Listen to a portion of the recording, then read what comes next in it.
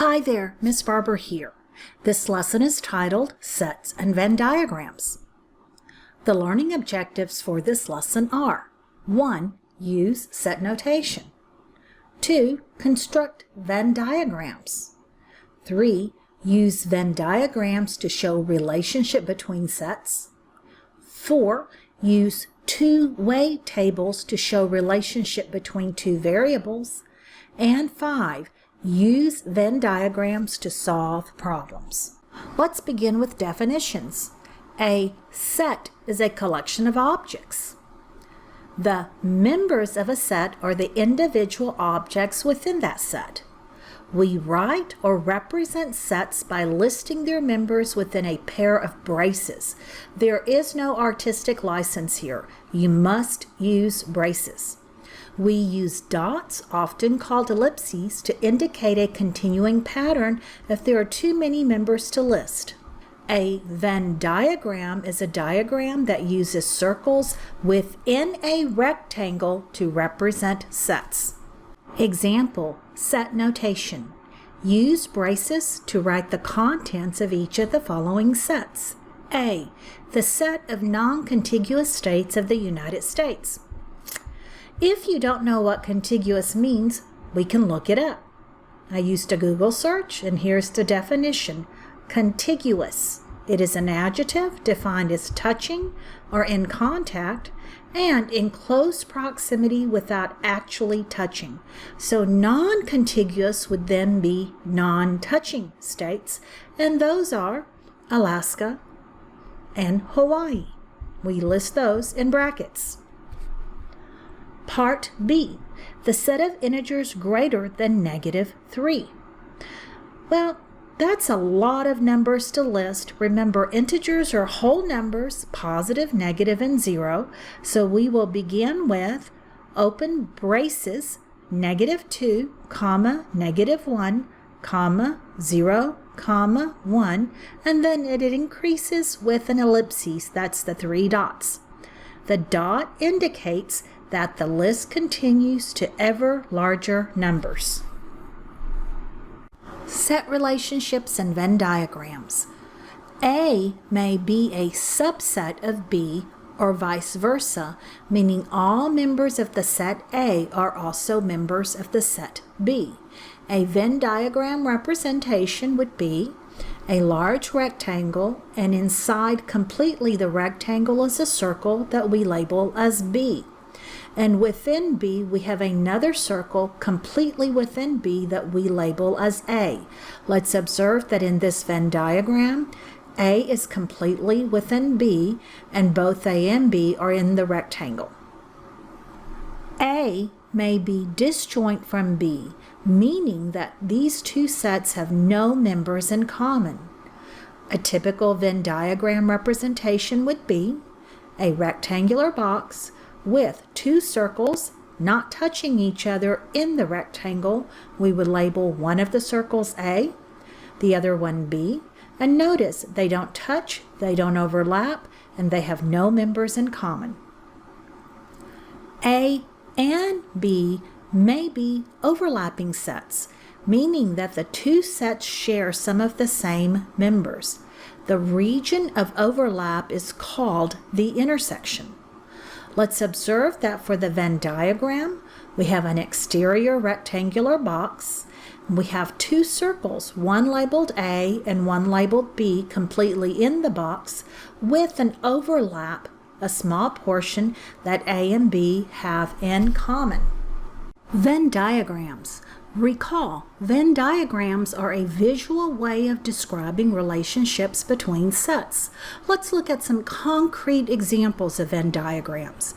What we have here is a rectangle that represents non-citrus, an interior circle, a pretty large one, which represents citrus that are not lemons, and then in the citrus circle is a smaller circle that is lemons.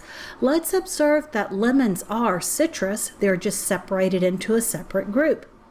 That is, the set of lemons is a subset of citrus.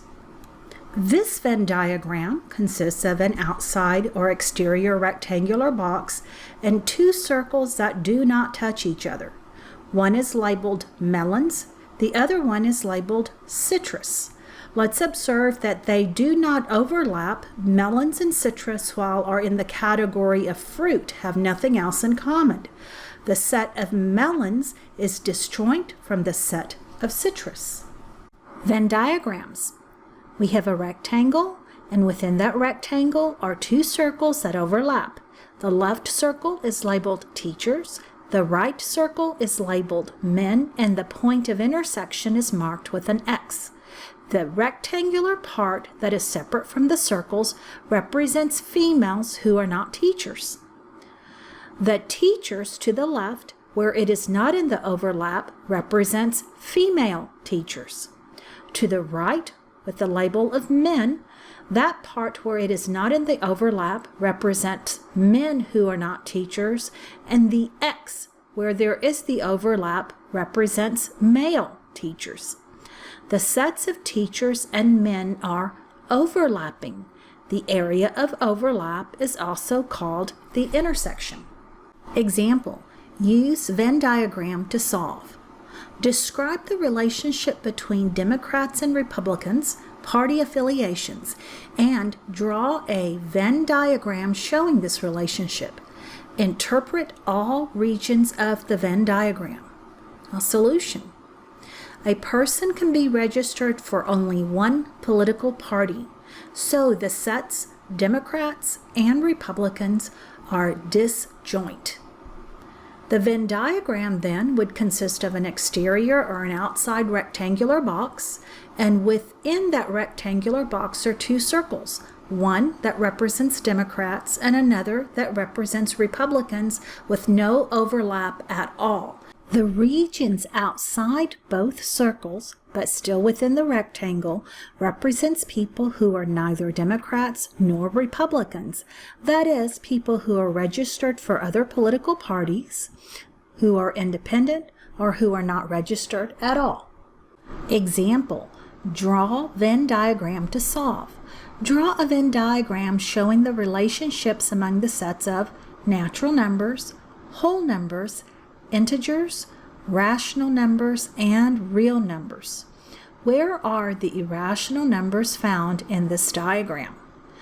The diagram presented looks like a big square. That's type of a rectangle, and it has 1, 2, 3, 4, 5, 6 concentric circles, each completely contained within the other. The innermost one is natural numbers. Natural numbers consist of counting numbers such as 1, 2, 3, 4, on and on. The next circle in which the natural numbers is encompassed is called whole numbers.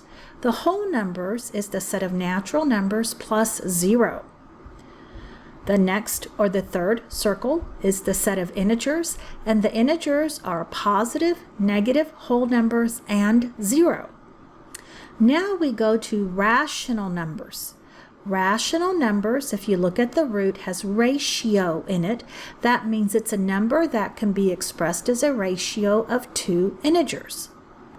And then finally, the next circle is called the real numbers.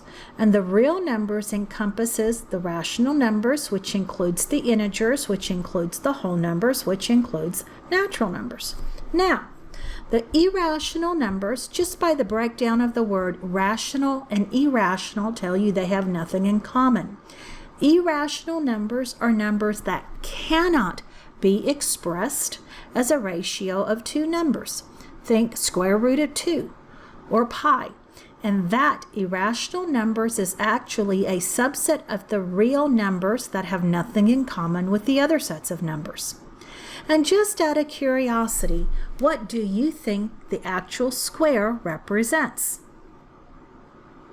How about complex numbers? Remember, complex number a plus bi? Yes, every number can be expressed in that format.